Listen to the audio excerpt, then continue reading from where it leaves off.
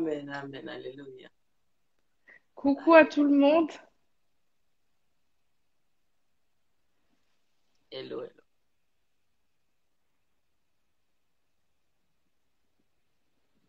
Bon, je pense qu'ils vont arriver au fur et à mesure. Oui, Coucou Bibi.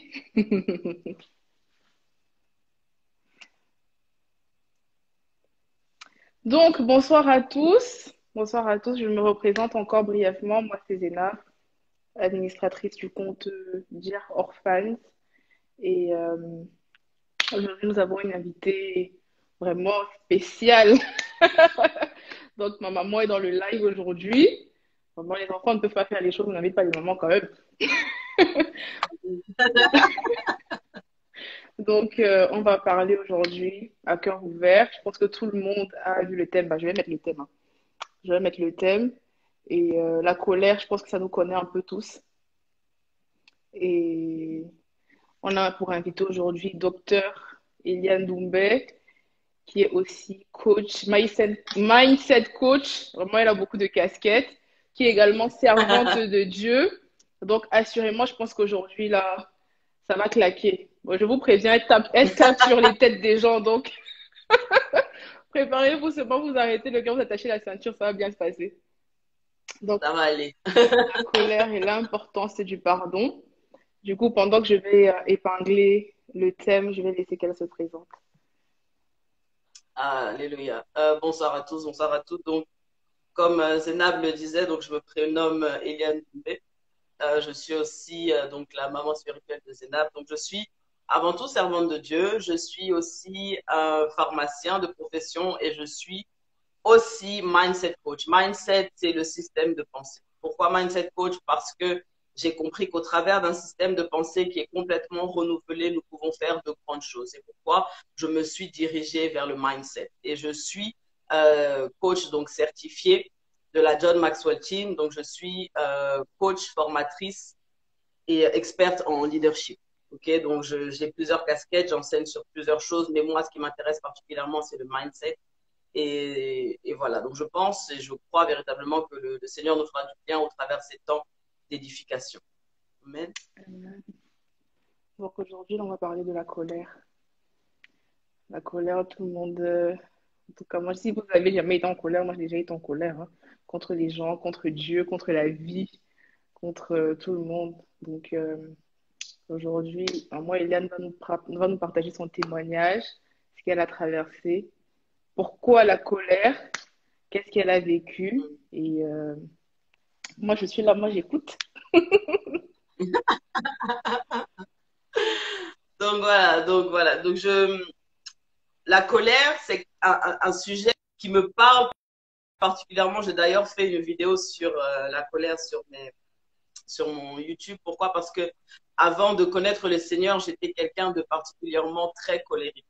J'étais très colérique et vous savez, lorsque on a l'habitude de marcher avec la colère, on se dit non, c'est comme ça que je suis, c'est mon caractère. Non, il y a quelque chose qui ne va pas.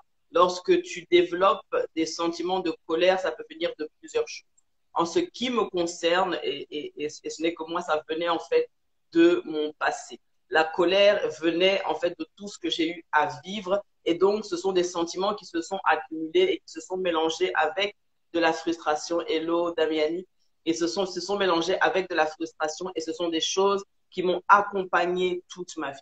Alors, je vais commencer par la genèse. Donc, il faut savoir que lorsque j'étais plus jeune, j'ai été abusée sexuellement. D'accord? Et donc, j'ai été abusée sexuellement pendant plusieurs années, jusqu'à mes 8 ans ou something like that. OK? Et donc, c'est quelque chose qui a complètement bouleversé et shifté, en fait, la manière dont j'étais. Et ça m'a rempli d'une colère, d'une incompréhension. Vous savez, lorsque vous vivez des choses comme ça, vous avez tendance à vous sentir coupable, vous avez tendance à ne pas comprendre pourquoi vous vivez ces choses-là. Et surtout quand vous êtes encore une enfant, c'est une innocence qui a été volée. Et surtout, vous avez honte, etc. Et donc, il y a ce micmac de colère et d'émotion qui, en fait, reste et qui nous accompagne. Et par la suite, j'ai vécu, en fait, le divorce de mes parents aussi. Je voyais se disputer, se battre. Et moi, je suis l'aîné de ma famille. Amen. Donc, étant donné que je suis l'aîné de ma famille, je voyais beaucoup de choses. Depuis que je suis petite, le Seigneur a permis que je voie et que j'ai une compréhension de beaucoup de choses. Et donc, du coup, je voyais ces choses, je ne les comprenais pas, je ne comprenais pas le monde des adultes, je ne comprenais pas pourquoi ils pensaient de telle ou telle manière, faisaient telle ou telle chose, et le Lamian faisait telle ou telle chose. Et donc, du coup, c'est une colère qui a, en fait, comme vous pouvez le voir, le processus de colère a commencé depuis petit. Okay? Et il faut savoir aussi, je tiens à préciser que l'âme, c'est le réservoir émotionnel. Et donc, mon âme a été brisée, mon âme a été tourmentée depuis que je suis petite. Donc, c'est parti du viol que j'ai subi, ensuite le divorce de mes parents, ensuite je n'avais pas confiance en moi aussi. Bah, du coup, quand tu vis toutes ces choses, bah, tu n'as pas confiance en toi et donc du coup, tu fais un peu n'importe quoi, tu essayes d'avoir l'approbation des autres, tu essayes de te faire accepter. Et je n'acceptais pas ma différence, je n'acceptais pas le fait que j'allais complètement à gauche des autres et donc du coup, j'avais cette frustration grandissante. Et en plus, il y avait des échecs amoureux. Franchement, ma vie, franchement, si c'est pas la grâce de Dieu, franchement, j'aurais pas été là aujourd'hui. Et donc, voilà, il y avait des échecs amoureux. Ensuite, j'ai eu, comment on appelle ça, des péripéties avec le père de mon fils avec qui nous sommes séparés aujourd'hui, mais nous sommes en bon terme par la grâce de Dieu, c'était quelqu'un qui m'a fait extrêmement souffrir et qui m'a détruite émotionnellement, psychologiquement et qui a même eu à porter la main sur moi. Et donc, du coup, tu as cette colère et ce bouillonnement. Lorsque j'étais aussi plus jeune, on m'a envoyé à l'internat. Ok, on m'a envoyé à l'internat parce que bah, du coup, je faisais un peu n'importe quoi, j'avais la colère et là-bas, je me battais. Il ne faut pas me voir comme ça, je suis jolie, mignonne. Je me battais, ok, je me battais, voilà. Et mon père spirituel dit souvent qu'une personne blessée blesse. Donc, je cherchais à blesser tout le monde autour de moi. Je cherchais à blesser tout le monde autour de moi parce que j'avais besoin, en fait, d'extérioriser ce quelque chose que je n'arrivais pas à exprimer. Je n'arrivais pas à exprimer ma colère, je n'arrivais pas à exprimer ma tristesse, je n'arrivais pas à exprimer véritablement ce qui était à l'intérieur de moi. Et donc, du coup, j'ai fait des dépressions lorsque j'ai eu mon fils, j'ai fait la dépression postpartum, mais après j'ai fait la dépression normale, donc j'ai accumulé les dépressions. Ensuite, j'avais eu des envies suicidaires, j'avais envie de tout arrêter, j'en voulais au monde, j'en voulais à Dieu, j'ai même dit à Dieu de me tuer, enfin voilà. Et donc, tu as ce sentiment, tu as cette tête, tu as ce micmac dans les pensées, et puis tu as toutes ces voix qui te disent que tu ne sers à rien, tu ne feras jamais rien, tu vois, ta vie n'avance pas, etc. Parce qu'il faut savoir que j'ai été maman très très jeune lorsque j'ai accouché de mon fils, je continuais les études, d'accord. Et donc, lorsque j'ai fait mes études de pharmacie, j'ai commencé mon fils avec 4 mois. Par la grâce de Dieu, j'ai terminé, je suis pharmacien, donc voilà.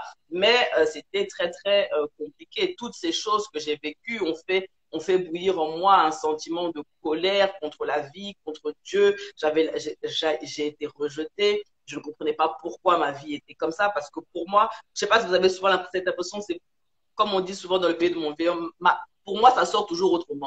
C'est-à-dire que pour les autres, ça j'ai l'impression que c'est fluide, mais moi, il y a toujours des, des vagues, des choses qui font en sorte que, voilà. Et donc, avec cette incompréhension, ne pas connaître ma mission de vie, ne pas comprendre pourquoi j'ai été créé et tout ça, voilà, ça a créé de la colère, si bien que lorsque j'étais en colère, j'avais souvent tendance à imaginer en fait des scénarios par lesquels je pouvais passer pour casser des dents, tout simplement, parce que comme je vous l'ai dit, je me battais. Et donc, comme je me battais, et donc il fallait que personne ne vienne me parler n'importe comment, je rejetais l'autorité, etc. Vraiment, c'était vraiment n'importe quoi. Et donc, la colère, je connais. OK? Donc, donc, le fait de voir des personnes et de vouloir juste les tarter, je connais. Le fait de taper des gens parce que tu es en colère, je connais. Voilà. Mais par la grâce de Dieu, vraiment par l'assistance du Saint-Esprit, j'ai pu en fait sortir de là et maîtriser. Bon, c'est toujours des choses qu'on doit faire attention bah, parce que la chair reste la chair, mais lorsque tu décides d'être dirigé par le Saint-Esprit, je pense véritablement que tu fais un véritable travail.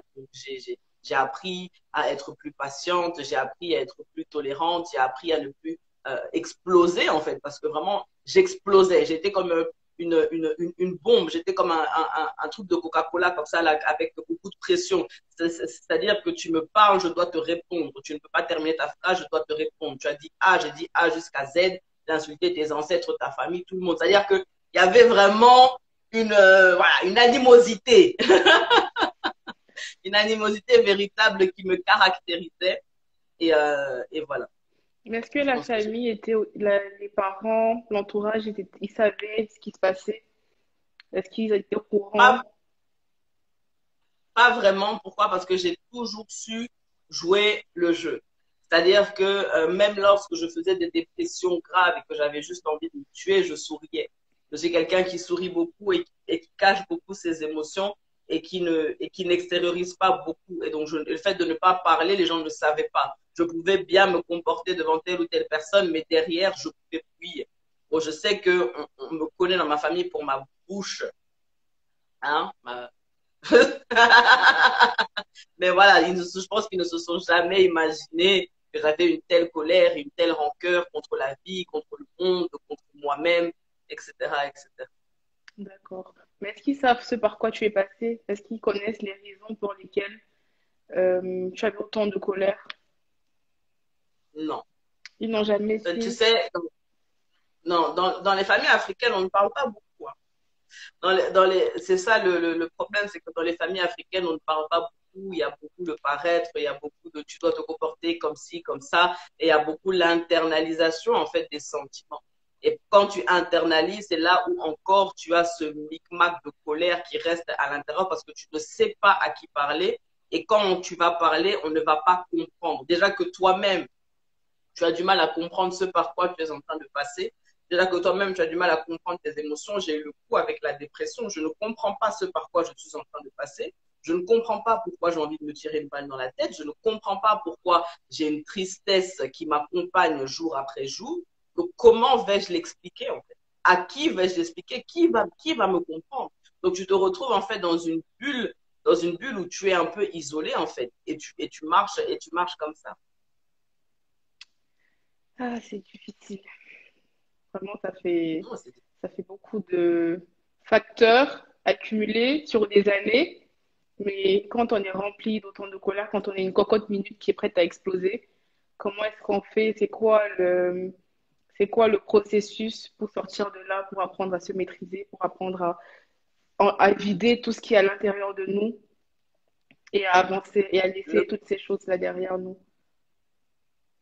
je pense que déjà, il faut se rendre compte qu'il y a un problème.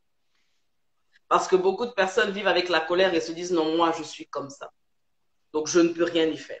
Donc, à partir du moment où tu ne sais pas mettre les mots sur le problème que tu as, tu ne peux pas le gérer. Lorsque tu acceptes que ce n'est pas normal et qu'il y a quelque chose qui ne va pas, là, tu commences à te poser des questions. À un moment donné, j'en ai eu assez.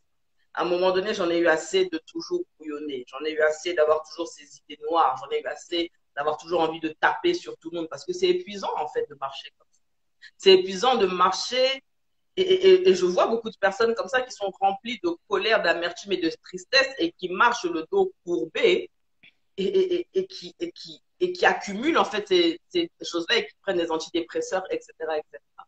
Donc, c'est un travail interne qu'il est nécessaire de faire et c'est un travail qui est très douloureux. C'est un processus qui prend du temps parce qu'il faut pouvoir s'asseoir et se dire, OK, il y a quelque chose qui ne va pas. Et ça, c'est quelque chose qu'en tant qu'être humain, on a du mal à faire. Pouvoir accepter que j'ai un problème. Pouvoir accepter qu'il y a quelque chose qui ne va pas. Je ne peux pas réagir au quart de tour comme ça. Il y a quelque chose qui me fait réagir au quart. Et donc, ce quelque chose-là, il faut remonter à la source. Et quand tu remontes à la source, ça te fait repenser à ce par quoi tu es passé. Et lorsque tu vas remonter par ce par quoi tu es passé, tu vas pleurer. Je me souviens si aujourd'hui je suis capable de vous dire que j'ai été abusée sexuellement et que j'ai été violée, c'est parce que j'ai été guérie. Parce il arrivait un moment où, dans ma vie, juste le fait d'y penser, je pleurais. Juste le fait de penser que j'ai été abusée, je pleurais. Juste me remémorer la scène, je pleurais. La véritable guérison vient lorsque tu es capable de parler de ce qui autrefois t'a détruit en tant que témoignage pour les autres et avec une paix. En sachant que tu es complètement libéré de ces choses. Quand je parle de ces choses, c'est comme si ce n'est même pas à moi que c'est arrivé. OK? Donc, c'est vraiment prendre le temps de de ressasser en fait ce qui s'est passé, intérioriser et parler à Dieu. Moi, c'est ce qui m'a aidé. Okay. Donc, j'ai parlé à Dieu, j'ai dit, quand j'ai connu le Seigneur, parce que ma véritable restauration est arrivée quand j'ai connu le Seigneur. Avant de connaître le Seigneur, je marchais en fait dans ce micmac-là. Mais lorsque j'ai connu le Seigneur et que j'ai décidé de marcher avec lui, j'ai dit, Seigneur, la colère ne te glorifie pas. La colère ne te glorifie pas. Tu as dit que nous devons marcher par l'esprit. Tu as dit que nous devons te ressembler. Là, je ne te ressemble pas. Et là, il faut être honnête, en fait. Parce que le problème, c'est qu'on veut porter un masque, on veut être hypocrite même devant le Seigneur qui connaît l'état de nos cœurs. Tu ne peux pas être hypocrite devant le Seigneur qui connaît l'état de ton cœur. Il attend juste que tu aies lui dire ce qui ne va pas. Alors, j'ai parlé au Seigneur, j'ai dit, Seigneur, moi, je ne peux plus être en colère en permanence. Il faut enlever ça. Il faut enlever cette racine de colère parce que le problème, c'est que lorsque tu es en colère, tu laisses la place à l'ennemi de venir faire ce qu'il veut dans ta vie. Tu laisses la place à l'ennemi de venir mettre encore des pensées dans ta tête. Je l'ai dit, lorsque j'étais en colère, j'avais des scénarios dans ma tête de comment je vais te péter ta bouche. Ok? Donc, il fallait en fait enlever tout ça. Et donc, il fallait que je retourne vraiment à la source de ma colère. Il fallait que je retourne à ce qui n'allait pas. Et j'ai pleuré. J'ai pleuré à Dieu. J'ai dit, et plus je pleurais, plus le Seigneur l'avait, plus je me laissais en fait remplir par le Saint-Esprit. J'ai dit, Saint-Esprit, remplis-moi. Le Saint-Esprit, je le prends vraiment comme cette eau qui me remplit et qui vient me purifier et qui vient enlever en fait ce qui n'était pas. Il y avait la colère aussi de ne pas comprendre ce pourquoi j'ai été créé. J'ai fait une vidéo dessus, j'ai dit, il n'y a rien de pire que de marcher dans la vie sans savoir pourquoi tu as été créé. Il n'y a rien de pire que de marcher et de errer. Je connais des personnes, tu leur demandes pourquoi tu te lèves le matin, ils se disent, ils ne sont pas capables de te répondre, ils vont juste te dire, oh, parce que je dois aller travailler. Tu n'as pas de raison de te lever le matin. Tu vas te lever, tu fais le métro, boulot, dodo, faim. Tu n'as pas, tu dois, parce que tu lèves parce que tu dois aller payer des factures. Tu n'as pas de mission, tu n'as pas quelque chose qui fait bouillir ton cœur et qui te drive, donc quelque chose qui te dirige. Tu n'as pas d'espérance, tu n'as pas de but, tu n'as pas de... C'est horrible de vivre comme ça. C'est horrible de vivre sans but. C'est horrible de ne pas se sentir aimé. C'est horrible voilà, c'est ça la nuance. C'est des personnes qui sont déjà mortes à l'intérieur. Et moi, j'étais morte. Tu marches comme ça, tu souris, mais les yeux sont tristes. Tu marches comme ça, tu souris, mais tu as envie de mourir. Tu marches comme ça, les gens viennent te parler, te poser leurs problèmes, ils ne savent pas que toi, tu as envie de te tuer. Et ça, c'est horrible. Et là, à un moment donné, il faut dire stop. C'est soit les situations te tuent, ou soit tu prends le dessus sur les situations. Soit tu décides de prendre le dessus sur les situations, mais tu ne peux pas le faire par toi-même. Tu ne peux pas le faire par toi-même, tu le fais par l'aide du Saint-Esprit. Et c'est le Saint-Esprit qui m'a aidé. Lorsque je passais par ce processus de restauration, les gens ne savaient même pas. Tu es là, tu pleures, tu pleures, tu pleures, tu pleures. Le matin, tu te réveilles, tu ris. Les gens ne savent pas. Donc, il a fallu que je passe par un processus où j'ai prié, je suis repartie en fait vers la cause de mes blessures et j'ai demandé à Dieu de me permettre de pardonner. J'ai demandé à Dieu de me permettre de pardonner ceux qui m'ont fait du mal. J'ai demandé à Dieu de me permettre de me pardonner à moi-même. Parce que oui, j'ai fait des erreurs à cause de ce qui alimentait ma vie et mes émotions. Donc, j'ai fait des erreurs de décision, etc., etc. Mais il faut pouvoir se pardonner. J'ai fait une vidéo la semaine passée sur le pardon en disant que le pardon, ce n'est pas pour les autres. Le pardon, c'est pour nous-mêmes. Je sais que c'est une phrase que beaucoup de personnes répètent, mais c'est une réalité. Le pardon te libère, le pardon est divin. Et il faut pouvoir pardonner pour se libérer en fait du joug, pour se libérer du poids, pour se libérer de ce qui te retient captif, parce que ça te retient captif et ça t'empêche d'avancer. Et lorsque tu pardonnes, il y a des portes qui s'ouvrent, parce que le manque de pardon ferme les portes. Le manque de pardon t'empêche d'avoir accès à la grâce de Dieu. Le manque de pardon t'empêche d'aller de l'avant. Si je n'avais, j'ai eu à, et c'est dur. Tu te dis, comment est-ce que je vais faire pour pardonner à celui qui m'a violé? comment je vais faire pour pardonner à mes parents? Comment je vais faire pour pardonner à celui qui m'a détruite émotionnellement? Comment je vais faire pour pardonner à celui qui m'a tapé? Comment? Si ce n'est pas Dieu, c'est qui? Et Si ce des n'est fois, pas Dieu les qui te gens ont permet de pardonner. l'impression que le fait de ne pas pardonner, c'est comme s'ils se vengeaient ou c'est comme si ils, ils maîtrisaient quelque chose alors qu'en fait, on gardait les gens prisonniers à l'intérieur de nous. On a l'impression que non, je ne pardonne pas, sinon la personne croit que c'est trop facile. Mais en réalité, tu ne pardonnes pas, mais tu te fais du mal à toi-même. L'autre personne vit Tout sa vie simplement. là-bas. La personne peut-être limite a même oublié, a oublié que tu existais, mais toi tu souffres, tu rumines, tu gardes les gens emprisonnés dans ton cœur. C'est ça, tu vois la personne, tu rumines, tu vois la personne, tu as les images dans ta tête. La personne là-bas, elle est en train de manger, elle ne te calcule même pas, mais c'est toi qui es en train de souffrir. Et on se dit non, quand on pardonne, ça veut dire qu'on laisse l'ascendant à l'autre ou On quoi. est faible. Le pardon, c'est une preuve de force. Le pardon, c'est une preuve de force. Je vais témoigner quelque chose. Lorsque j'ai décidé de quitter la relation avec le père de mon fils, et que j'ai décidé de lui pardonner, au début, il ne m'a pas cru. Au début, il s'est dit, je mens. Parce que le père de mon fils habite à l'étranger, il est arrivé qu'il vienne ici pour pouvoir voir son fils. J'étais tellement calme qu'il a cru que je voulais l'empoisonner. J'étais tellement calme et apaisée qu'il a cru que je voulais lui faire du mal. J'ai dit, moi, j'ai pas de problème avec toi. Mais il ne comprenait pas et il m'a dit, Hélène, je ne comprends pas ce que tu es en train de faire, c'est inimaginable. Avec tout ce que je t'ai fait, je ne comprends pas que tu n'aies pas d'animosité me concernant. J'ai dit, c'est parce que Dieu m'a permis de te pardonner. C'est une preuve de force et c'est une preuve de hauteur parce que beaucoup de personnes n'arrivent pas à pardonner et passer.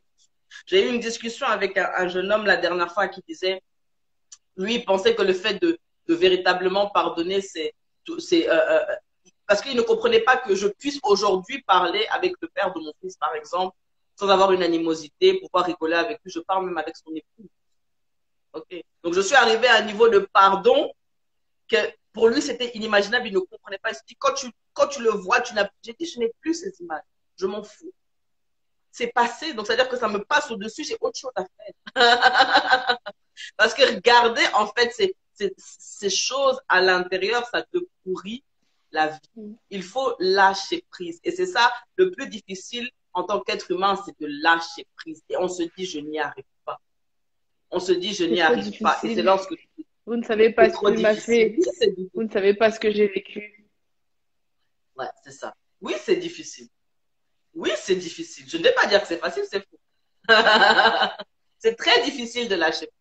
C'est très difficile de laisser quelqu'un sortir de son cœur. C'est très difficile de pouvoir dire je t'ai pardonné. Et le vrai pardon, c'est quand tu peux voir la personne que tu n'as plus Tu d'amis. n'as pas envie Parce d'attraper que son parfois, on dit, pouls. ouais, Tu n'as j'ai pas envie pas. de le tuer. Voilà. Parce que parfois, tu te dis, oui, j'ai pardonné, mais dès que tu vois la personne, ah, oh, je me souviens, oh, machin, tu commences à oublier. Là, ça veut dire que tu n'as pas pardonné. Je le dis parce que lorsque tu pardonnes des personnes, tu dois aller refaire comme si Devenir de son rien n'était. ami. Voilà. Voilà, non. Comme je dis à quelqu'un, si un serpent t'a mordu une fois, tu vas pas le laisser te mordre deux fois, ok? Mais il faut être sage, ok? Mais c'est vraiment pour dire qu'il faut vraiment libérer en fait son cœur de toute animosité, de toute rancœur, de toute amertume, et c'est possible. Mais est-ce que Je ça suis se la preuve fait vivante que c'est possible. d'une façon... Est-ce qu'on dit juste je pardonne et ça passe comme ça ou est-ce que c'est un processus, il y a des étapes Ça. pour le pardon? Est-ce que quelqu'un peut juste se lever et dire, OK, aujourd'hui j'ai décidé de pardonner à toutes les personnes qui m'ont fait du mal et se dire que non, là j'ai pardonné, c'est terminé, c'est fini, j'oublie, j'avance. Est-ce que quand on pardonne, on oublie? Tu, tu peux oublier, enfin, tu n'oublies pas, mais ça ne doit pas prendre toute la place dans ton cœur et dans ta tête. C'est ça en fait. C'est que tu sais que ces choses-là sont passées, comme aujourd'hui, je suis capable de te dire que le père de mon fils m'a fait ci, ça. Mais, ok, il Ça a ne pique fait. plus. Ça pique pas, voilà. Je le raconte comme étant un témoignage, mais je ne le raconte pas en étant fâché. Mhm. Voilà. Et pour répondre à ta question, ce n'est pas évident, c'est un processus. Tu ne peux pas te lever le matin, tu te dis, moi, j'ai pardonné. Ça veut dire que tu te mens à toi-même. C'est-à-dire que c'est un processus par lequel tu dois passer, tu t'assois, tu dis, OK, je décide de laisser ce que telle personne a fait. Si la personne t'a trompé, oh, laisse. Moi, j'ai été trompé. Il a trompé, oh, laisse. Il a fait ça, oh, laisse. Parce que c'est quelque chose, en fait, il faut se mettre dans le mindset que garde ce que toi, tu peux contrôler. Ce que tu ne peux pas contrôler, laisse. Parce que ça ne sert à rien de te rendre malade avec ce que tu ne peux pas contrôler. Ça ne sert à rien de te rendre malade avec ce que tu ne peux pas contrôler. Ce qui est passé est passé. Tu ne peux rien y faire. Et ça ne sert à rien de se dire oui, mais si, parce que c'est ça en fait que on a souvent tendance à faire, se dire si j'avais fait comme ça. Peut-être si j'avais fait comme ça. Voilà, peut-être c'est de ma faute. Et tu commences à te victimiser. Et tu commences à. Et comme quelqu'un disait, avec les si, on refait le monde. Il n'y a pas de si. Il n'y a pas eu. Donc, s'il n'y a pas eu, ça ne sert à rien de dire si. Parce que plus tu vas dire si, plus ta tête va se mettre en place des scénarios. Ces scénarios vont te rendre malade. Et le problème, c'est que, je disais à quelqu'un, c'est que le manque de pardon peut rendre malade le corps. Le corps réagit à toutes sortes d'émotions que nous lui faisons subir. La Bible dira, garde ton cœur plus que toute autre chose parce que de lui viennent les sources de la vie. À partir du moment où ton âme est tourmentée, tu risques la mort. Les cancers se manifestent à cause de chocs violents. Les cancers se manifestent aussi à cause des émotions violentes.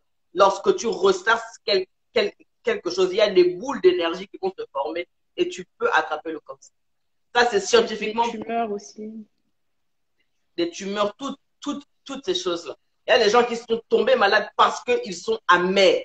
Il y a des gens qui sont tombés malades parce qu'ils sont tristes. Est-ce que ça vaut la peine de tomber malade, d'avoir le cancer ou d'avoir je ne sais pas quelle sorte de maladie parce que tu ne veux pas laisser quelqu'un sortir de ton cœur? Quelqu'un qui ne te calcule même pas. Est-ce que ça vaut réellement la peine? En fait, il faut se poser la question.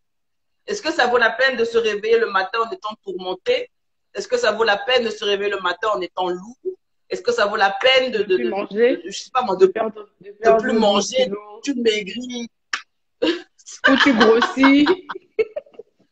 Voilà, tu maigris, tu grossis, tu te pourris la vie, tu te pourris les pensées, tu restes assis comme ça, ton cœur commence à te piquer. Tu restes assis comme ça, là, ta tête commence à faire mal. Je ne peux plus jamais aimer. Je déteste mon père, je déteste ma mère.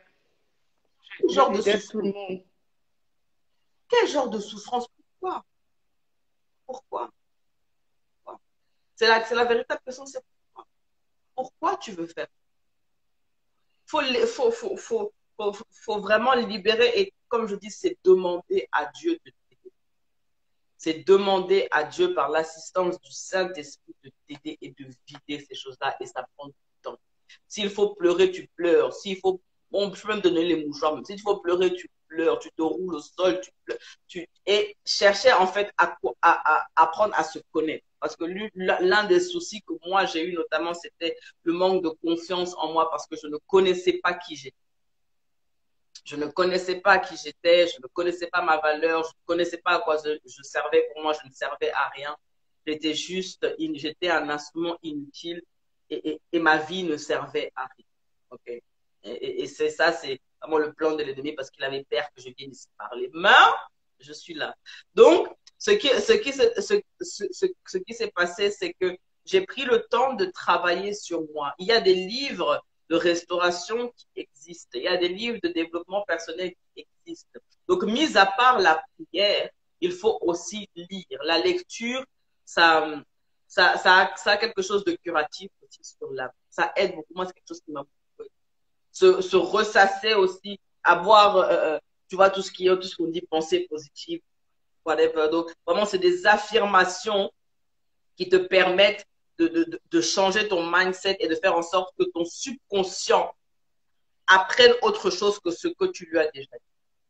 Donc, si tu as envie de te dire que tu es nul, tu te dis que tu es une créature merveilleuse. Parce que j'avais aussi ce problème, je n'arrivais pas à me regarder dans le miroir parce que moi, j'étais laide. Pourtant, regarde, moi, je... La mignonnerie. Donc, c'était vraiment ça, c'est de ne pas pouvoir se regarder dans la classe, trouver toutes sortes de défauts, trouver que les autres sont meilleurs que moi, trouver que ma vie ne sert à rien. etc., etc., trouver que je suis la plus malchanceuse du monde parce que j'ai eu à me dire ça. Parce qu'à un moment donné, j'étais arrivée au stade où quand les choses se passaient un peu bien, je me disais, non, il y a un problème. Je me disais, il y a quelque chose qui va se passer, c'est pas normal que ça aille bien. Parce que j'avais tellement accumulé, en fait, des trucs qui se passaient dans ma vie que pour moi, il devait toujours avoir une malchance qui devait s'accumuler. Et le problème, c'est que la Bible dit ce que je crains, c'est ce qui m'arrive. Donc, plus tu vas craindre que quelque chose t'arrive, plus, bah, à un moment donné, les choses vont se mettre en place pour que ça t'arrive, en fait. Donc voilà, c'est tout un processus et il faut changer aussi ta manière de parler. Tu vois, il faut changer sa manière de parler. Il faut, comme la Bible dit, la vie et la mort sont au pouvoir de la langue. La langue peut créer la vie comme elle peut créer la mort. Donc, si tu continues de te dire que tu es nul, que tu n'y arriveras pas, que la vie c'est du n'importe quoi et que personne ne t'aime, et que voilà, donc tu crées en fait cet environnement autour de toi. Alors que lorsque tu décides de proclamer d'autres sortes de paroles, il y a des changements qui s'opèrent autour. Il y a des gens qui vont Mais dire ça prend que du ils temps. ne, ouais, mais ils prient pas, ou ils savent pas prier, ou ils n'ont pas de relation avec Dieu. Il y a beaucoup de personnes qui ne savent même pas c'est quoi avoir une relation avec Dieu, ou qui disent que ils ont leur, comment dire ça, leur truc concernant ce qui est au-dessus ou plus grand. Et Mm, mm. je connais des personnes qui souffrent jusqu'aujourd'hui du divorce de leurs parents, du fait que bon, mes parents ne sont plus ensemble et j'enchaîne les hommes parce que je recherche en fait la fibre paternelle chez quelqu'un. Je reproduis les mêmes choses que, Chez ouais, moi. les mêmes schémas que mes parents ont fait, même sans être mariée, mais j'accumule et j'enchaîne les relations parce que quelque part, je suis en insécurité de voir que entre mon père et ma mère, ça n'a pas marché. Ou des personnes qui n'ont pas eu de relation vraiment avec leur mère ou avec leur père, qui est peut-être une mère qui est partie, qui a abandonné ses enfants, et la fille devient vraiment très agressive, très brutale, même avec les hommes dans ses relations, et ne se rend même pas compte que c'est à cause de ça qu'elle est comme ça avec les hommes, j'ai envie de dire, même il y en a qui sont mal éduquées, qui savent même pas elles parlent mal, elles sont brutales et tout. Et comment en fait Mm. se rendre compte? Comment Comment être capable de se dire que oui, là, c'est la colère, en fait. Parce qu'il y en a qui sont colériques, qui savent même pas qu'ils sont colériques. Ou qui ils savent C'est ce même que pas je qu'ils sais. sont colériques. Ils sont juste là, ils vivent, oui, mais moi, je suis comme ça. Moi, supportez-moi comme ça. Donc, nous, on doit subir, en fait, tes colères et tes frustrations. Comment on peut Le, faire? le truc, c'est quoi? C'est qu'il faut savoir se remettre en question. Il faut avoir l'humilité de se remettre en question. Okay? Lorsque tu as des schémas qui se répètent, il faut se poser les véritables questions. Je me souviens, lorsque j'étais brisée, j'attirais le même genre de personnage. Parce qu'on attire ce que nous sommes à l'intérieur. Donc, j'attirais toujours des personnes qui me ressemblaient, c'est-à-dire que des personnes qui étaient brisées, des personnes qui ne voyaient pas loin et des personnes qui étaient là pour me détruire parce que moi-même j'étais détruit, donc ils venaient juste terminer le travail. Il y a des gens, sans te couper, il y a des gens qui n'aiment pas cette phrase-là. Je me rappelle, moi-même, il y a quelques années, quand tu me disais on attire ce que l'on est, ça me faisait un peu bizarre. Je me dis, mais moi, je ne suis pas comme ça, en fait. Les comportements comme ça, moi, je ne suis pas comme ça. Et il y a des personnes à qui tu vas dire non, essaye de travailler sur toi parce qu'en réalité, tu attires ce que tu es en toi. Mais comment expliquer à quelqu'un que tu attires ce que tu es si la personne même ne voit pas des traits de caractère de ce qu'on lui fait en elle-même? Peut-être c'est juste des blessures. Peut-être comment? Mais c'est ça en fait, c'est qu'une personne, c'est ce que je disais, c'est qu'une personne qui est blessée va blesser. Il y a des comportements que l'on reproduit sans vraiment s'en rendre compte et le changement s'opère lorsqu'il y a une prise de conscience. Lorsque moi je t'ai parlé, tu n'aimais pas les phrases que je t'ai dit, mais à un moment donné, tu as eu une prise de conscience. C'est ça. Le changement va se faire au moment de la prise de conscience. Là où tu vas te dire, OK, ici, là, il y a un problème. Ici, il y a un problème. Parce qu'à un moment donné, lorsque tu as un certain type de comportement, tu fais fuir tout le monde, personne ne veut rester avec toi. Parce que tu déranges. Et là, c'est là que tu te vas avoir des personnes qui vont dire, oh non, les gens sont trop comme ci. Oh non, les gens sont trop comme ça. Donc, c'est-à-dire que tu vois toujours le problème dans les autres, mais tu ne vois pas le problème à l'intérieur. Il faut se poser les véritables questions. Et c'est ça, en fait, ce que, en tant qu'être humain, on n'aime pas faire. On n'aime pas se poser les véritables questions. C'est plus facile d'accuser les autres que de regarder à soi. C'est plus facile de voir le défaut des autres que de regarder à soi. Parce qu'à un moment donné, si tu regardes, il y a des personnes dont tout le monde les a fui parce que peut-être ils sont trop négatifs, ils sont trop colériques, ils sont trop si. Mais ils vont voir seulement comment les autres les ont abandonnés, mais ils ne vont pas comprendre pourquoi ils les ont abandonnés. Ils ne vont pas essayer de comprendre la source. Lorsque tu es blessé, tu vas blesser et tu ne te rends pas compte que tu blesses. Parce que quand tu es dans cette bulle de douleur, et ça, c'est très compliqué de faire sortir quelqu'un de cette bulle. C'est très compliqué tant que la personne n'a pas elle-même la révélation. Tu peux lui parler, tu peux l'aimer, tu peux si, mais à un moment donné, on doit tous avancer. Au jour d'aujourd'hui, je dis la vérité, il m'est très difficile d'être avec quelqu'un qui voit le mal partout. Tu as raison. C'est très compliqué pour moi d'être avec quelqu'un comme ça. Pourquoi? Parce que j'ai été dans ce brouillard-là et je sais à quel point c'est compliqué. Et je sais que c'est quelque chose qui peut me pourrir la vie. Ce sont des ondes, parce que ce sont des ondes que tu fais passer autour de toi. Lorsque tu es colérique, lorsque tu te plains, lorsque tu passes le temps à parler mal des autres, de la vie, de tout ce que tu veux, tu pourris en fait les autres. Tu pourris en fait les autres sans t'en rendre compte. Tu es toujours en train de dire oui, tout le monde, personne ne m'aime. Tout le monde est comme ci, tout le monde est comme ça. Mais pourquoi? Pourquoi le problème serait toujours les autres? Est-ce que tu t'aimes déjà toi-même? C'est ça. Est-ce que tu es capable de t'aimer? Qu'est-ce que tu es capable de dire le positif de toi-même? Si toi-même, tu n'es pas capable de dire des choses positives de toi-même, pourquoi tu veux que les gens disent des choses positives de toi? Si toi-même, tu n'es pas capable de rester seul avec toi-même, pourquoi tu veux que les gens restent avec toi? Comment est-ce qu'on Parce peut... qu'il y a des gens qui, Oui. il y a des gens qui refusent en fait d'être seuls avec eux-mêmes parce qu'ils n'apprécient pas leur propre compagnie. Donc, si tu n'apprécies pas ta propre compagnie, comment veux-tu que les autres apprécient la tienne? That's the problem. Moi, j'avais et c'est ça que tu vas retrouver chez les personnes qui vont sauter de relation en relation. Elles vont terminer une relation, elles vont aller directement avec un autre parce que tu ne peux pas rester seul.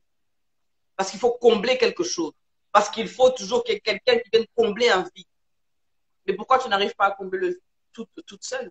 That's the question. That's the Comment est-ce question. qu'on peut expliquer à une personne, par exemple, qui a subi un viol ou une personne qui a vécu un divorce, qui a vécu le divorce de ses parents et qui attire toujours le même type d'homme qui vit tout. Je prends par exemple l'exemple d'une fille qui n'a peut-être pas grandi avec son père.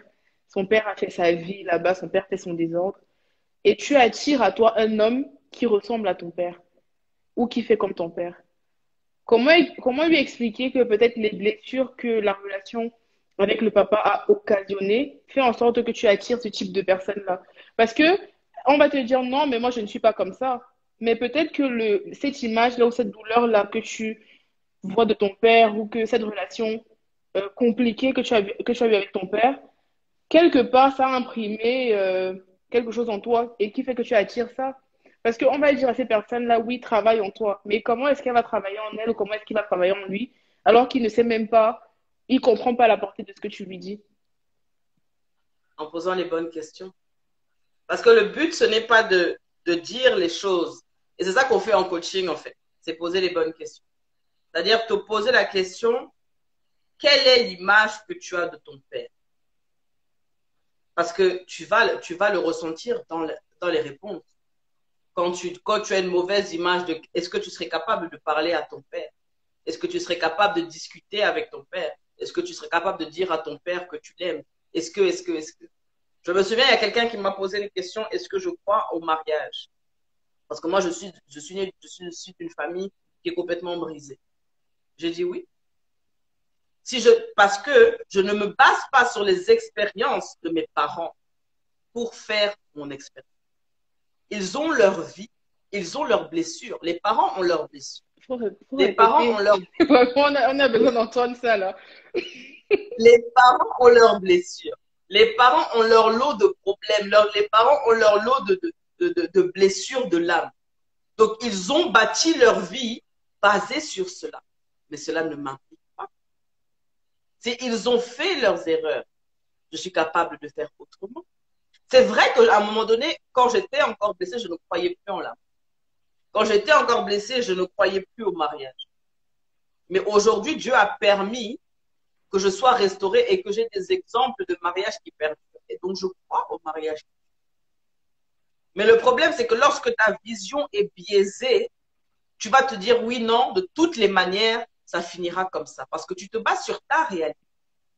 Beaucoup de personnes se basent sur leur réalité pour construire leur futur. Or, ils peuvent faire autre chose parce qu'il y a d'autres réalités qui existent. Et c'est ça l'avantage de l'ouverture d'esprit. Il faut pouvoir ouvrir ton esprit, il faut pouvoir avoir d'autres exemples, parce que ce n'est pas parce que chez toi ça n'a pas fonctionné, ce n'est pas parce que chez tes parents ça n'a pas fonctionné que ça ne fonctionnera pas chez toi. Nous ne sommes pas, je ne sais pas moi, ce n'est pas, c'est pas transgénérationnel. Il y a des malédictions générationnelles, oui, mais que tu peux briser. Ok. Donc ce n'est pas, une fatalité. Et lorsque tu te rends compte, c'est ça le problème d'analyse, c'est est-ce que tu te rends compte que tu attires le même genre d'homme?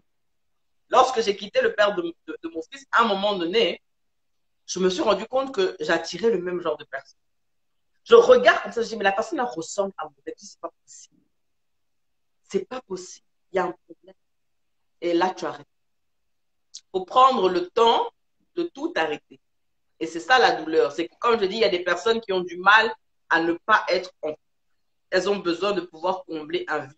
À partir du moment où tu veux combler le vide par une personne, tu seras toujours vide. Une personne n'est pas là pour combler le vide qui est dans ton cœur. Une personne n'est pas là pour combler le vide qui est dans ton cœur. Elle n'est pas là pour te...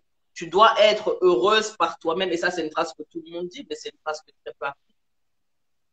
Tu dois être heureuse par toi-même. Tu dois apprécier ta propre compagnie. Tu dois avoir une valeur ajoutée. Vous êtes là pour compléter. Vous n'êtes pas là pour... tu vois, non.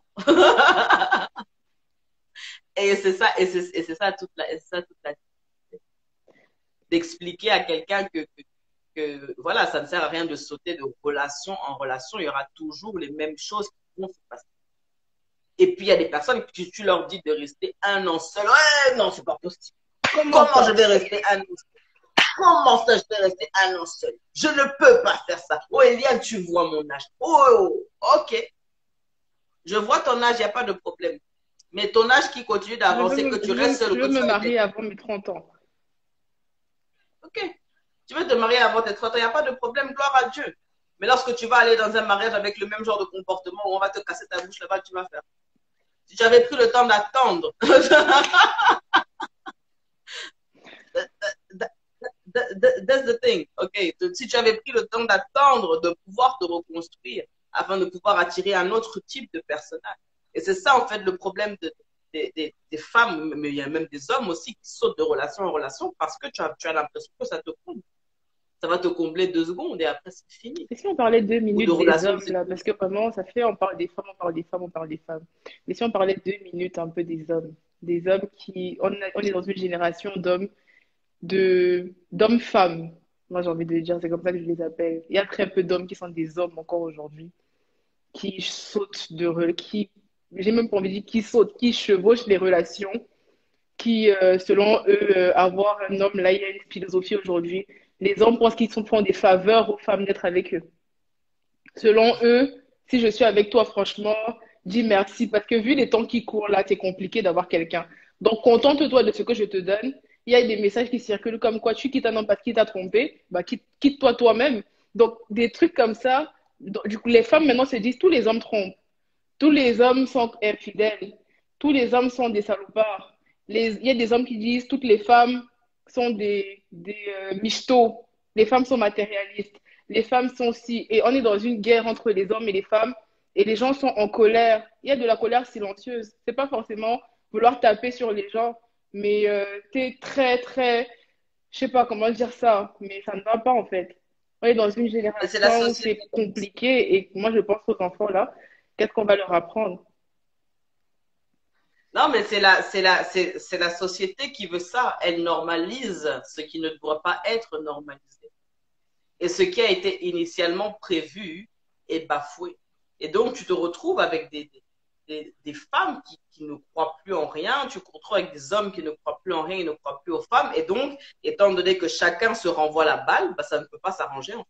Tant qu'on se renvoie la balle, oh, toi tu es une michto, toi tu es un trooper, et ben moi je serai un trooper, tu seras une michto, on va se michetonner tromper en même temps, et puis ben, voilà, et puis ça fait des personnes qui sont brisées, et plus tu avances en fait dans ce genre de relation où tu es brisé, et plus tu continues à être brisé, et chacun brise tout le monde, vous allez de relation en relation, vous brisez tous, et c'est pour ça que c'est vrai que c'est compliqué de se mettre en couple aujourd'hui, surtout lorsque tu es une personne qui est restaurée, parce que les personnes ne font pas le travail de restauration nécessaire.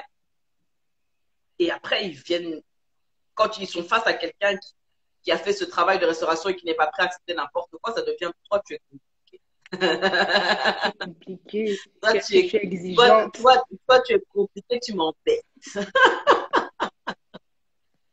Stay away. Stay away from me. OK. Ouais, c'est vraiment ça. Donc, voilà, non, c'est le problème de la société. Et puis, il y a des hommes, le problème, c'est que les hommes aussi, quand ils tombent amoureux, il ne faut pas les voir comme ça. Hein, c'est de vrais bonbons, c'est des vrais bébés. Alors quand ils sont blessés, le problème c'est qu'ils sont, je ne sais pas, ça c'est un débat vraiment si je tombe dessus, vraiment c'est compliqué.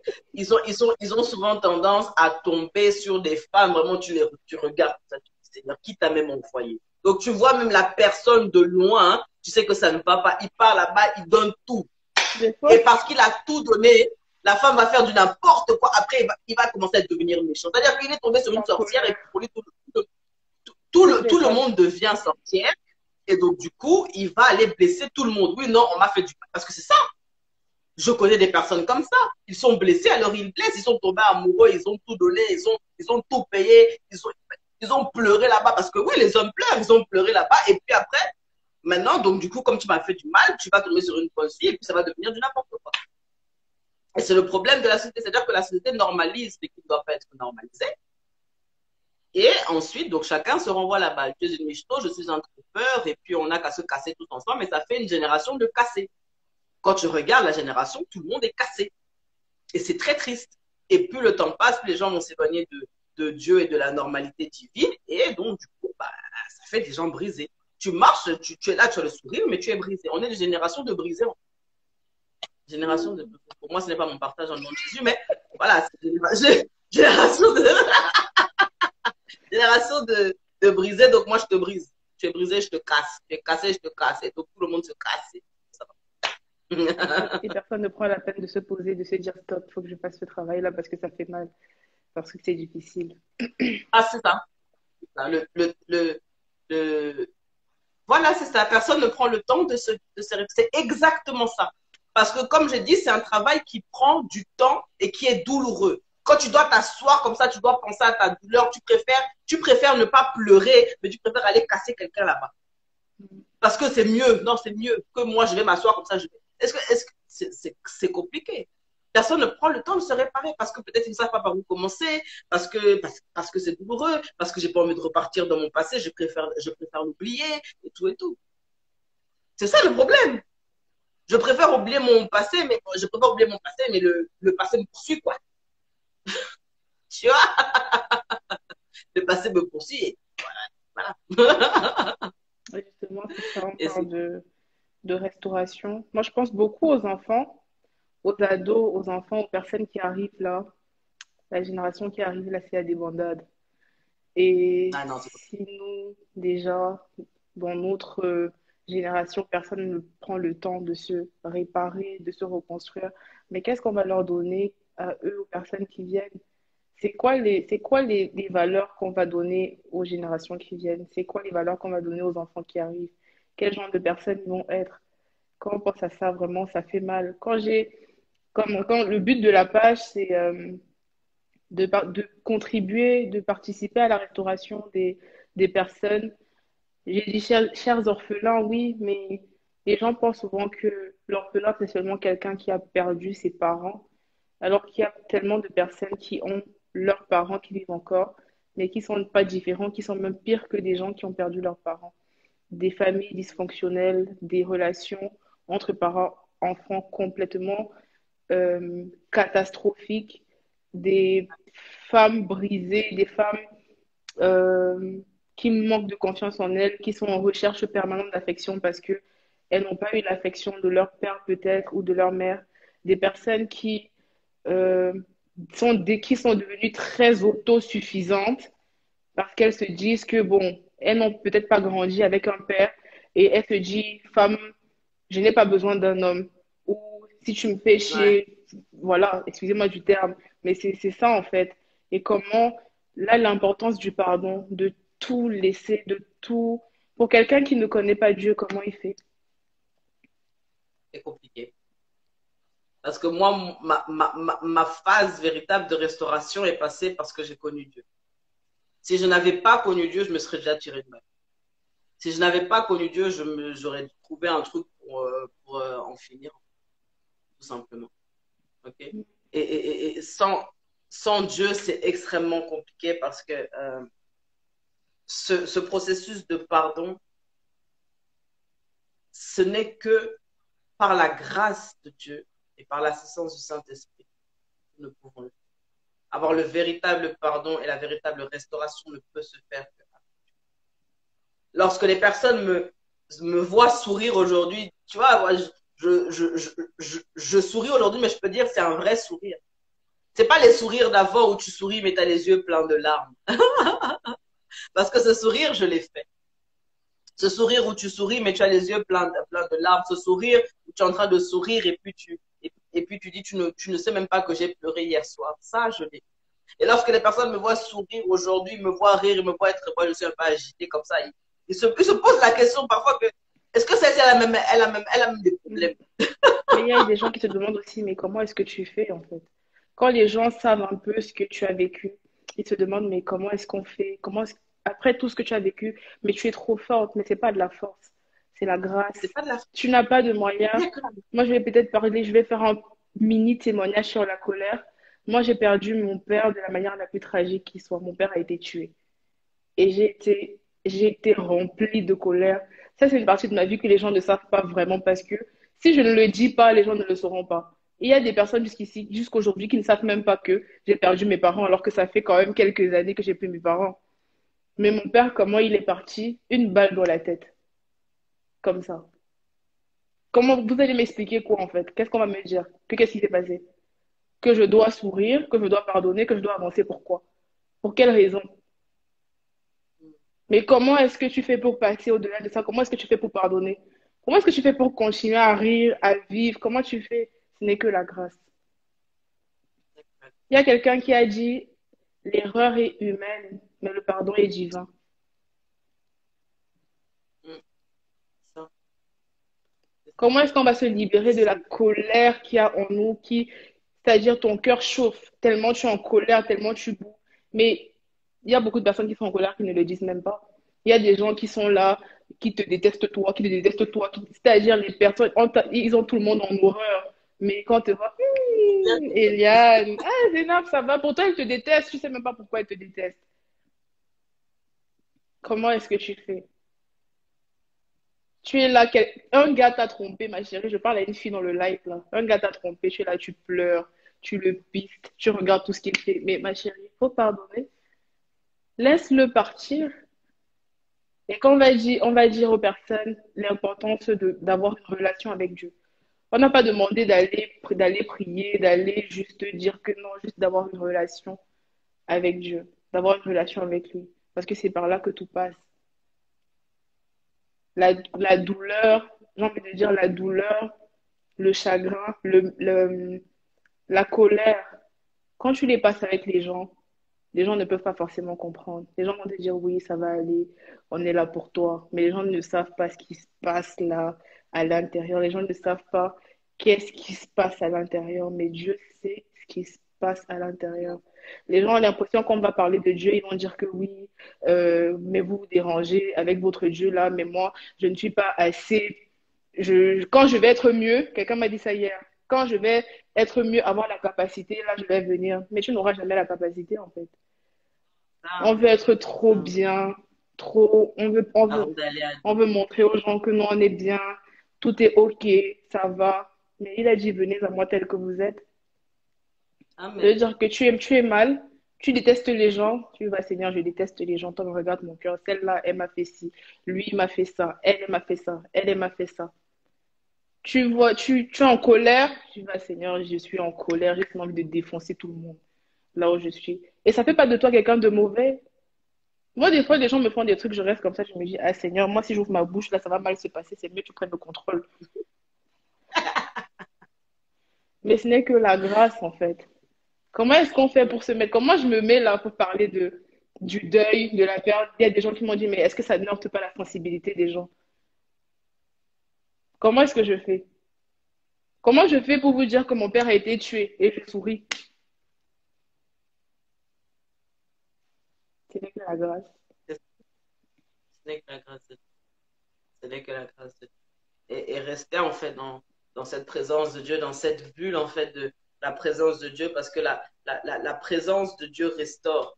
Le Saint-Esprit guérit, le Saint-Esprit restaure véritablement. Et la véritable restauration se trouve avec le Saint-Esprit.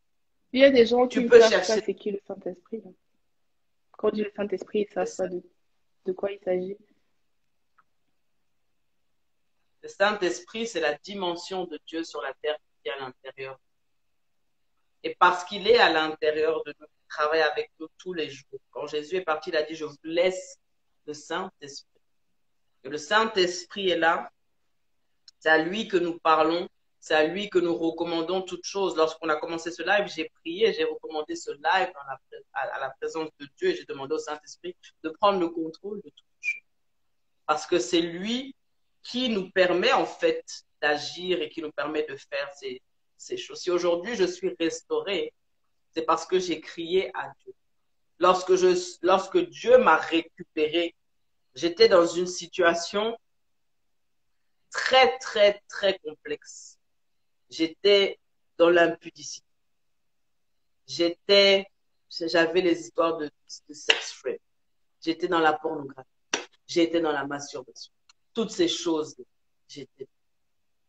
Et quelqu'un dira, oui, non, mais je ne me sens pas assez digne. Si moi, Dieu m'a récupéré dans cet endroit, pourquoi tu ne te sens pas assez digne? Qu'est-ce que tu as fait de plus? Qu'est-ce que tu as fait de plus? Si aujourd'hui je suis restaurée, je suis capable de te parler sans pleurer, c'est parce que la grâce de Dieu m'a récupérée et que Dieu m'a restaurée et qui me permet de partager mon témoignage pour te dire que c'est possible. Parce que c'est possible. C'est possible d'être véritablement restauré. C'est possible d'avancer dans la paix. J'ai souvent une paix, les gens sont même dépassés. J'ai souvent une paix, les gens sont dépassés, ils se disent que mais toi, ça, ce n'est pas normal. Il y a des situations qui se passent. Pour moi, les gens voient le feu autour de moi, j'ai la paix. Parce qu'il a dit, la paix qui surpassera toute intelligence sera à vous. Il me donne la paix, ce n'est pas moi. La restauration, c'est lui qui la donne. Mais il faut être honnête et il faut avoir l'humilité de reconnaître que ça ne va pas. Ça ne sert à rien d'avoir l'orgueil de dire ça va alors que ça ne va pas. Il y a des moments où je reste comme ça, je dis Seigneur, il faut gérer le cas là parce que là, ça ne va pas. Il faut gérer le cas là parce que ici, là, ça ne va pas.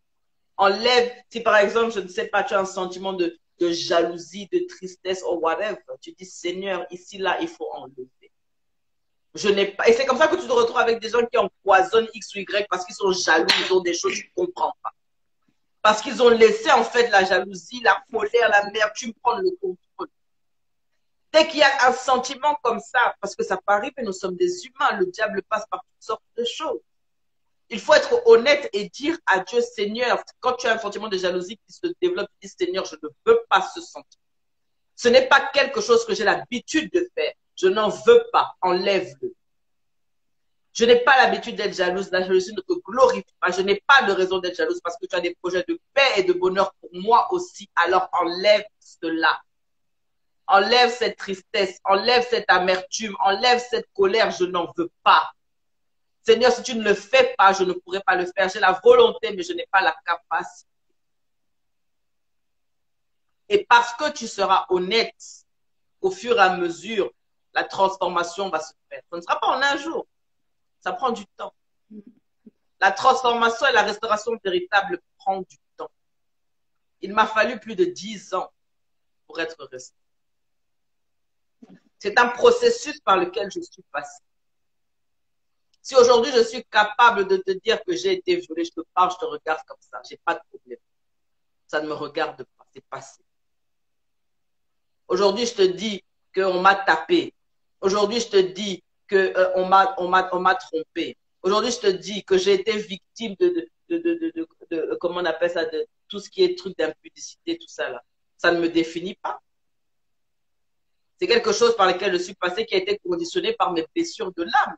C'est important de Et le ça ne me dire ça aux définit gens parce qu'il y a des personnes qui sont remplies de colère, de toutes sortes de choses et ils ont l'impression que c'est comme ça qu'ils sont. C'est ça la réalité, c'est ça leur vie. Mais en réalité, pas. ce que tu fais là tout de suite, ce n'est pas ça qui te définit. Les actes que tu poses, c'est peut-être les conséquences de beaucoup de choses que tu as vécues dans ta vie. Tu n'es pas encore conscient de ça, mais ce n'est pas ça qui te définit. On ne regarde pas à ce que tu fais là tout de suite. On ne te condamne pas pour ça, mais on regarde à ce que tu seras demain. Mais ça commence par une prise de conscience et à une décision que tu prends. Le pardon, ça commence par une décision. Je décide de pardonner. Je décide de ne plus être en colère. Je décide d'arrêter de ruminer, de voir ce qui m'a manqué, ce qu'on m'a fait, de voir ce que moi-même j'ai fait, ce que j'ai laissé rentrer dans ma vie. Parce que des fois, les gens nous font des choses, on voit juste qu'ils nous ont fait ça, mais on ne voit pas que nous-mêmes, on leur a donné la possibilité de nous faire ça. Et des Ouais. fois, c'est mieux de s'asseoir et de se dire, bon, ok, j'ai fait ça. L'ego est touché, tu acceptes. Accepte que ton ego a été touché. Laisse l'orgueil, ne dis pas Oh, que non. Oui, mais ça va, hein, moi ça va. Non, laisse, reconnais que tu as mal. Reconnais que ça ne va pas, que ça pique. Reconnais que oui, je suis en colère. Si je croise la personne là, je ne sais pas, je crois que je vais verser l'huile chaude sur elle ou reconnais, accepte. Et une fois que tu acceptes, tu dis Seigneur, vraiment là. Je ne vais pas me réveiller avec la boule au ventre. Je n'ai pas envie qu'à chaque fois que je vois quelqu'un, mon cœur tremble comme ça, j'ai des palpitations. Pourquoi la paix? Demander la paix de Dieu. Et ça fait que tout passe au-dessus de ta tête. Peu importe ce qu'on te fait, tu te dis, Seigneur, ah, c'est comme ça la vie, un jour on va tous quitter la terre. Ça passe. On va tous, ouais. Mais je veux revenir sur quelque chose qui est très important, c'est que les comportements que nous pouvons avoir sont conditionnés par l'état de notre âme. J'ai dit plutôt que l'âme, c'est le réservoir émotionnel de chaque être humain. Il y a une phrase qui dit souvent, nous sommes le produit de notre environnement. L'environnement dans lequel nous avons grandi va conditionner notre système de pensée et notre manière d'agir. Et donc, c'est quelque chose avec laquelle nous allons grandir, nous allons agir de telle ou telle manière parce que nous, à cause de notre environnement et à cause de nos blessures. Parce qu'il y a des personnes qui ne connaissent que ça. Si tu as grandi dans le vol, pour toi, le vol, c'est normal. Si tu as grandi dans les disputes, pour toi, les disputes, c'est normal, tu ne connais que ça. Si tu as grandi dans tel ou tel environnement, c'est normal parce que c'est ta bulle dans laquelle tu as grandi et dans laquelle tu as évolué. Maintenant, en tant qu'adulte, lorsque tu prends la responsabilité de ta vie, lorsque tu prends la responsabilité de ton avenir, la responsabilité de ce que tu dois devenir, à ce moment-là, tu dois dire, OK, il y a des choses qui se sont passées. Il y a des choses par lesquelles je suis passée qui ont conditionné mes manières d'agir. Mais, par exemple, moi, mes comportements ont été conditionnés par ce que j'ai vécu.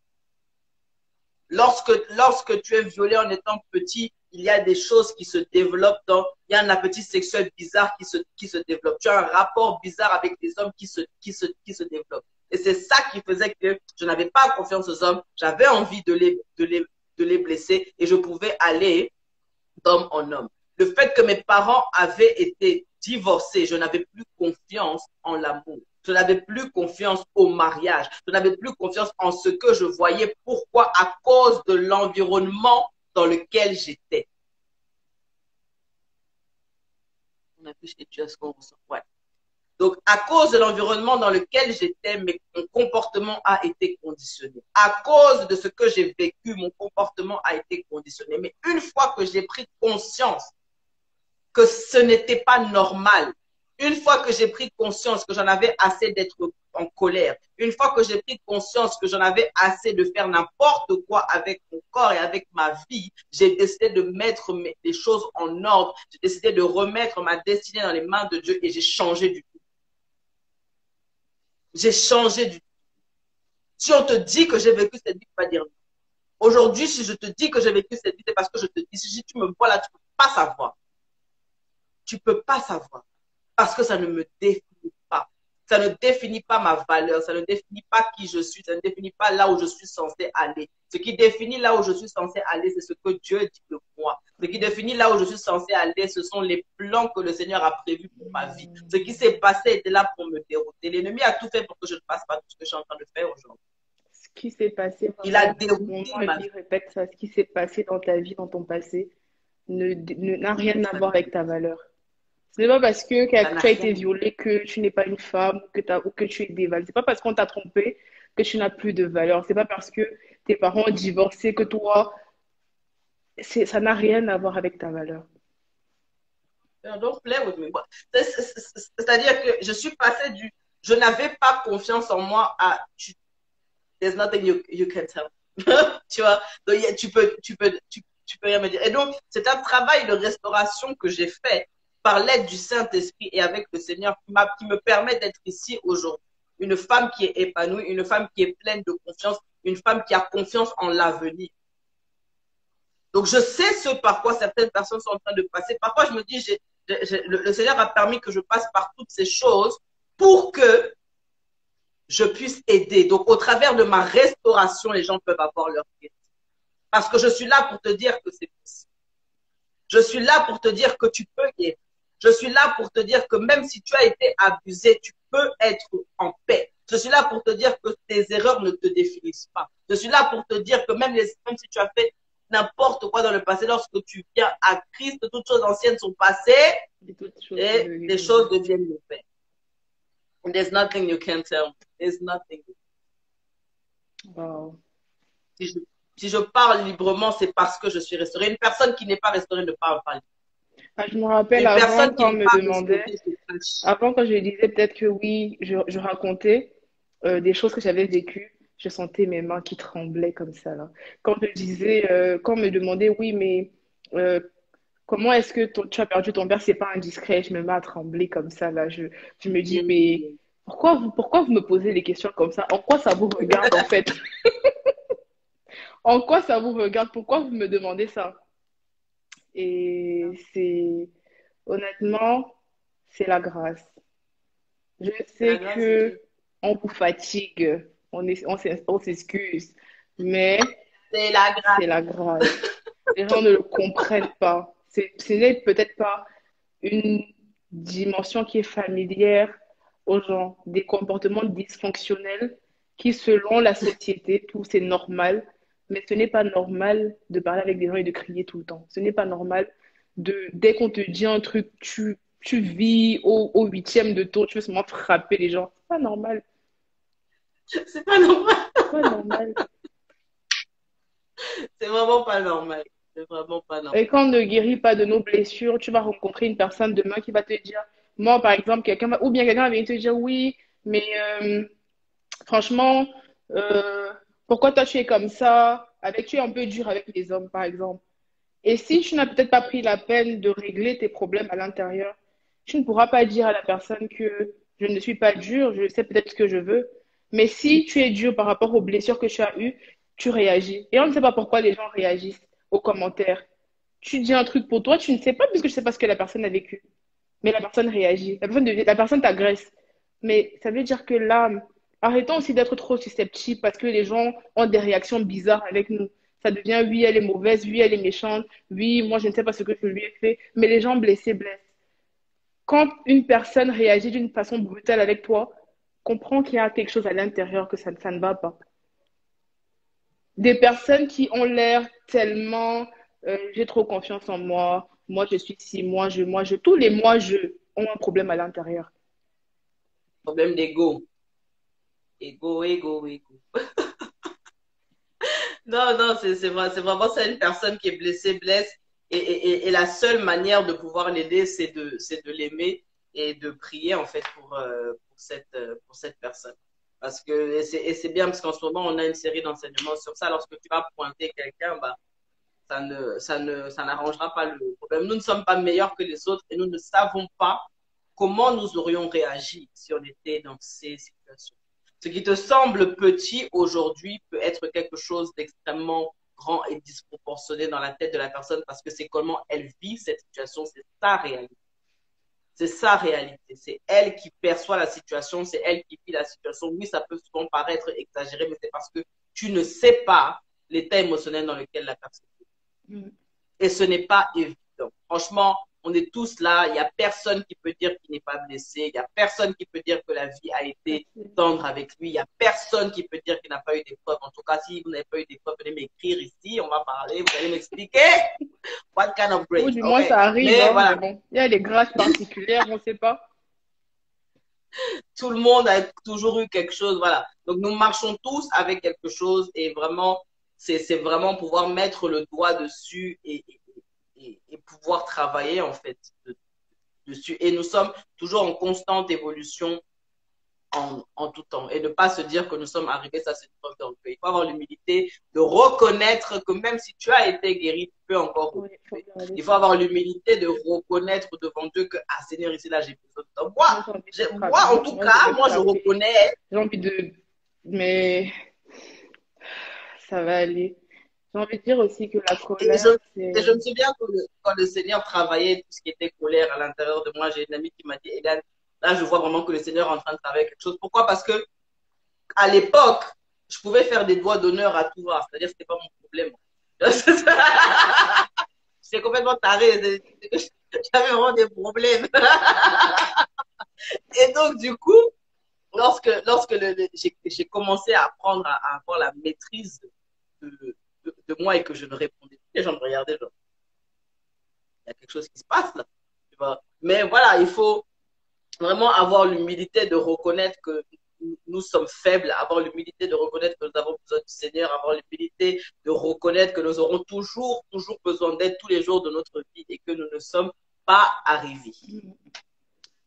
Et même quand on a réussi à être restauré ou lorsqu'on commence à se sentir mieux, à aller mieux, la colère, en fait, c'est beaucoup de petites choses qui s'accumulent. C'est pas forcément un gros truc qui arrive et là on est en colère. Non, ça commence par une petite parole que ton ami t'a dit et ça t'a un peu piqué, mais tu n'as pas traité ça tout de suite et tu es passé à autre chose. Mm. Et puis 2 mois plus tard, la même amie là te dit encore un autre truc qui te pique et ça s'accumule encore un peu. Tu te dis non, c'est pas grave et tu laisses, tu ne traites pas la chose.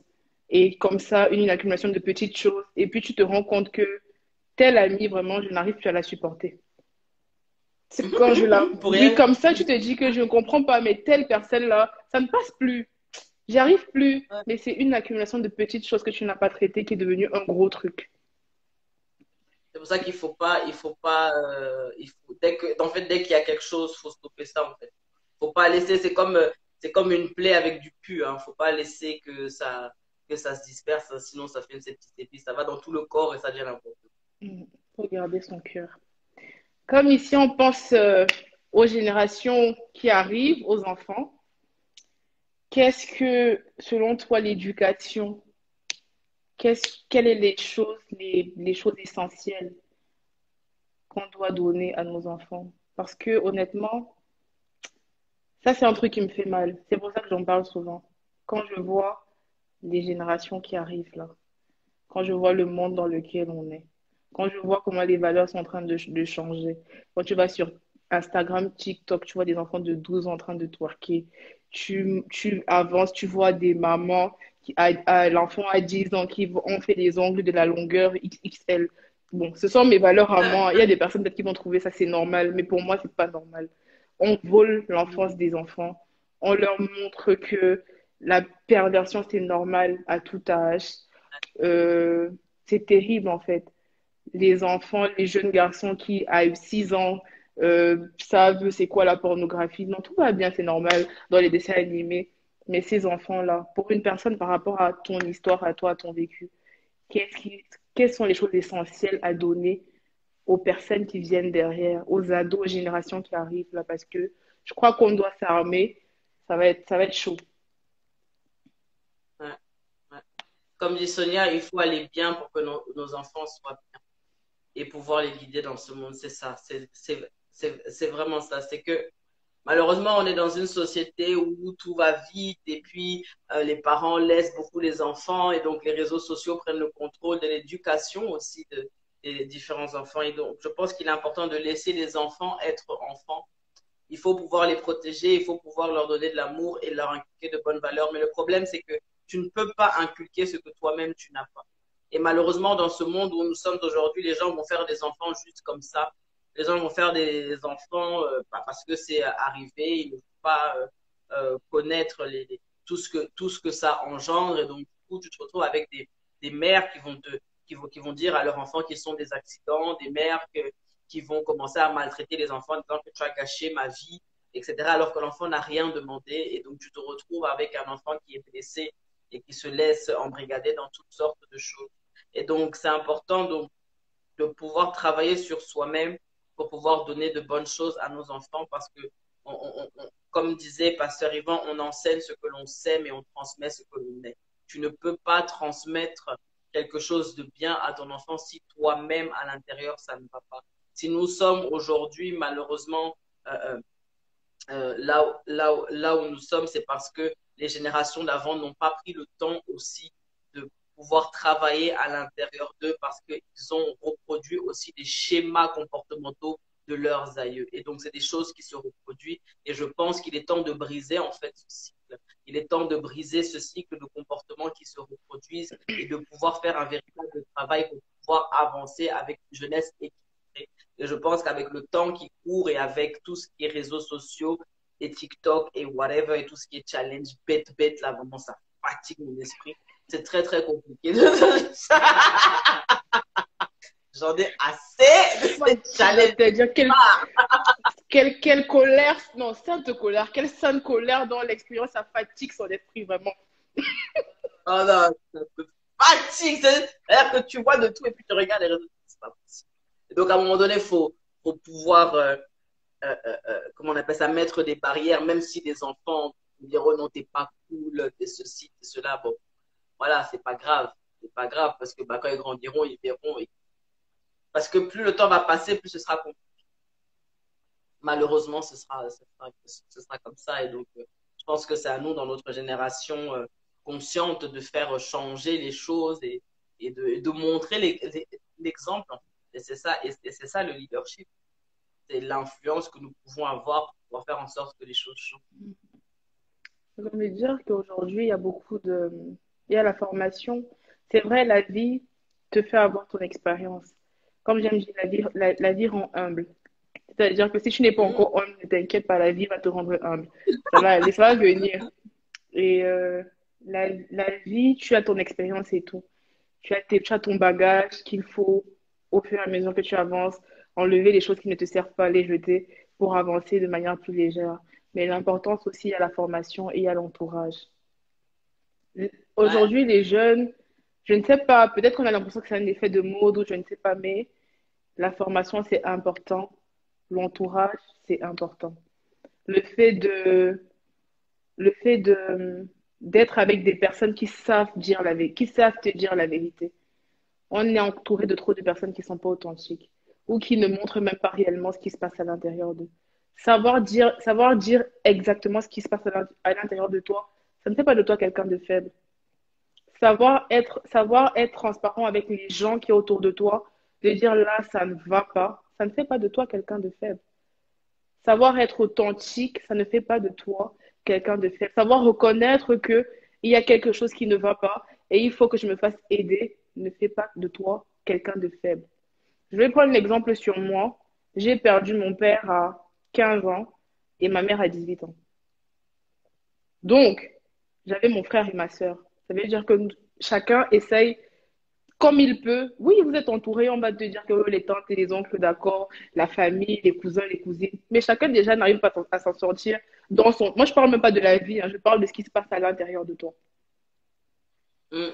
Et quand tu te rends compte que effectivement, il y a un truc qui ne va pas, Dieu, enfin, moi je vais parler pour moi. Dieu te met des connexions qui font qu'il y a des gens qui vont te dire ce qui ne va pas, qui vont te dire que là, ça ne va pas.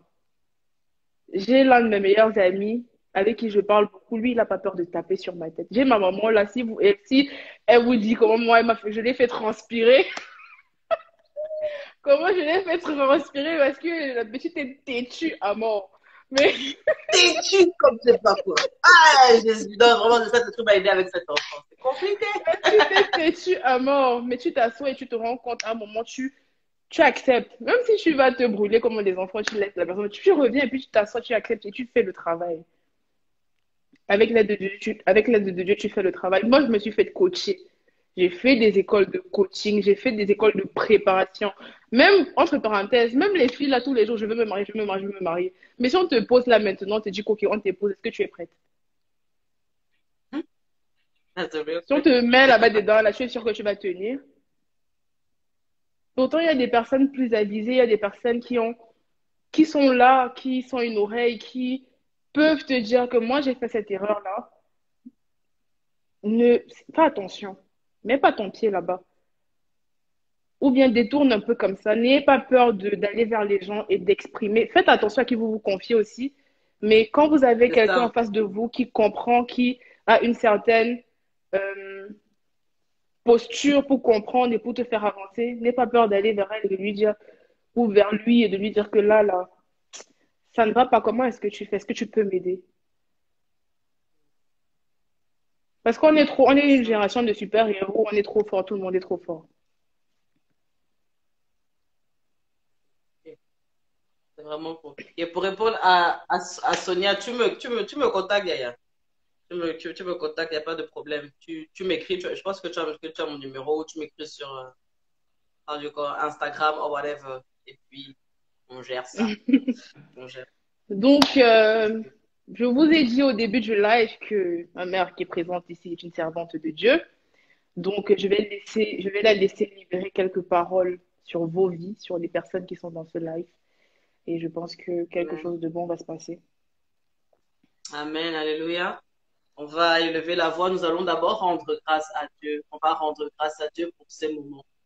Parce que vraiment, je pense qu'il y a quelque chose qui s'est passé. Je pense que les yeux de quelqu'un se sont ouverts. Je pense que le voile de quelqu'un est tombé. Je pense que quelqu'un a reçu une réponse. Alors, nous allons prier pour rendre grâce à Dieu pour l'assistance du Saint-Esprit et pour sa présence en ce lieu et pour ce qui s'est passé durant ces moments. Élevons la voix dans le nom puissant de Jésus. Père, dans le nom de Jésus, nous te rendons toute la gloire pour tout ce qui a été fait durant ce live. Merci Saint-Esprit pour ton assistance. Nous n'avions pas d'agenda, mais nous avons fait ce qui te convenait. Nous avions fait ce que tu voulais que nous fassions. Tu as mis les paroles dans nos bouches, tu as inspiré les pensées de nos cœurs et tu as inspiré chacun des échanges ici en ce. Et Père, je te dis merci parce que je crois véritablement que quelqu'un a eu une réponse ce soir. Je crois que tu parles à quelqu'un et que tu continueras de parler à quelqu'un. Père, dans le nom puissant de Jésus, je prie que tu puisses restaurer un cœur. Je prie, Seigneur, que quelqu'un qui ne te connaissait pas te rencontre.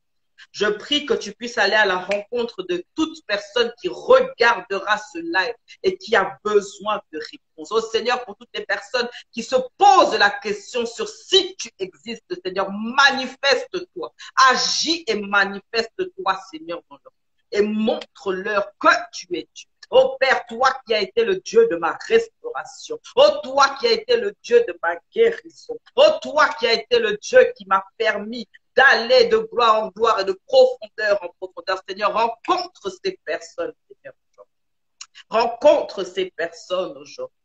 Qu'elles puissent pouvoir te parler, qu'elles puissent libérer des paroles, Seigneur, pour toi, afin que tu puisses les rencontrer là où ça ne va pas. Afin qu'elles puissent, Seigneur, mettre le doigt sur les choses qui ne vont pas. Ouvre-leur leur esprit, Seigneur, afin de pouvoir mettre le doigt sur ce qui ne va pas.